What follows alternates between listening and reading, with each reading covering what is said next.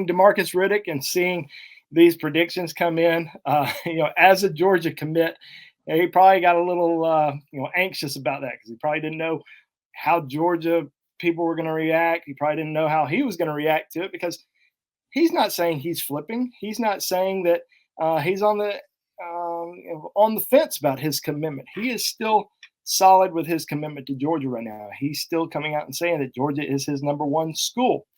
But in our opinion, linebacker is a big position of need for Alabama, especially at the inside position. Alabama only signed one inside linebacker last year, and it was a junior college player. So this is a big position of need in Alabama's 2024 recruiting class. He's an in-state kid. You got, new linebacker coaches in Tuscaloosa that are, really starting to go after him. Kevin Still, Robert Bala. These are guys that are, going to develop that relationship.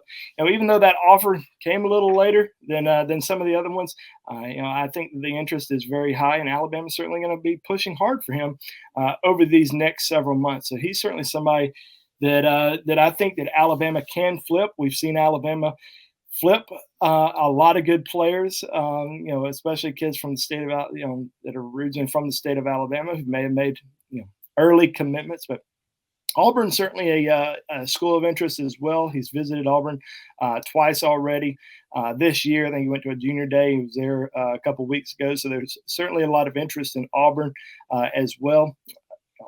Georgia, like I said, still the number one school on his list, but these in-state schools are going to make it hard for him to say no. We went ahead and put in a prediction for Alabama. I do think he'll make it back to Tuscaloosa this spring. He's going to come back for an official visit, and I think it's going to be a really interesting race for Demarcus Riddick over the next several months. So those were the three predictions that we made. We saw a lot of other predictions that happened for other Alabama targets for elsewhere, but I do think a lot of the recruiting reporters across the network may have felt a little pressure. Obviously, when you make these predictions, you want them to be right. You want to have a good sense of, hey, this is the school that's maybe in the lead right now, or maybe the one that we feel like they're going to eventually sign with. So, I think it's still kind of a wide open game. A lot of these kids taking their first visits this spring, trying to figure out which schools they're going to officially visit in the summer, in the fall. A lot of this, a lot of things you see online as far as favorites, top schools, which way kids are leaning right now. It almost doesn't matter. It does in a way, but as far as right now, it's kind of tough because kids are just starting to fill it out. They're getting love from one school. They may not be getting as much love from another. Then they visit that other school. Then they all of a sudden start getting a lot of love, and they start giving more attention to that other program. So we're going to see a lot of changes, a lot of moving parts in the coming months. But the main thing to kind of watch is when these kids start setting up official visits. And they start taking these official visits. Things really start to move and change. Last year, you look at a guy like Caleb Downs, who many thought was a heavy lean to Ohio State last spring. Or Justice Haynes, who was a Georgia, legacy. Everybody just assumed he was going to Georgia. I think it was like 98% on 3 Sports RPM in favor of the Bulldogs last spring. So, forget about him. No chance you're going to sign him. But once these official visits kind of start, things start to get a little bit more real, and you really start to feel the weight of a lot of these schools as far as how much interest they really have in you. Right now, it doesn't really matter. You might talk to a school once a week. You might talk to another school 5 times a week.